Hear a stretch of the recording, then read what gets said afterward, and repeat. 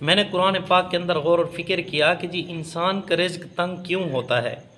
تو مجھے جواب ملا انسان زنا کے قریب جاتا ہے تو اس کا رزق تنگ ہو جاتا ہے۔ تو جہاں پر اللہ تعالیٰ نے فرمایا ہے کہ نحن نرزقکم وإیاہم، تو وہاں پر فرمایا لا تقربوا الزنا، زنا کے قریب نہ جاؤ، تمہارا رزق بھی تنگ نہیں ہوگا۔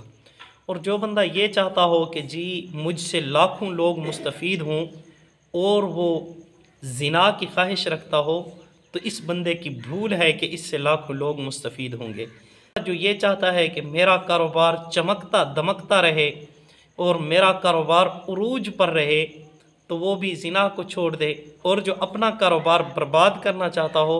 وہ بھی زنا کے اندر لگ جائے، جو اپنی صحت اور اپنا حسن گنوانا چاہتا ہو وہ بھی زنا کے اندر لگ جائے۔ تو جس نے بھی زوال دیکھنا ہو تو وہ چلا جائے زنا کی طرف، زوال اس کے قدم چومے گا۔ جو زنا کو چھوڑ دے گا بلندیاں اور عزتیں اس کے قدم چومے گی، جو زنا کی خواہش اپنے دل و دماغ سے نکال دے گا۔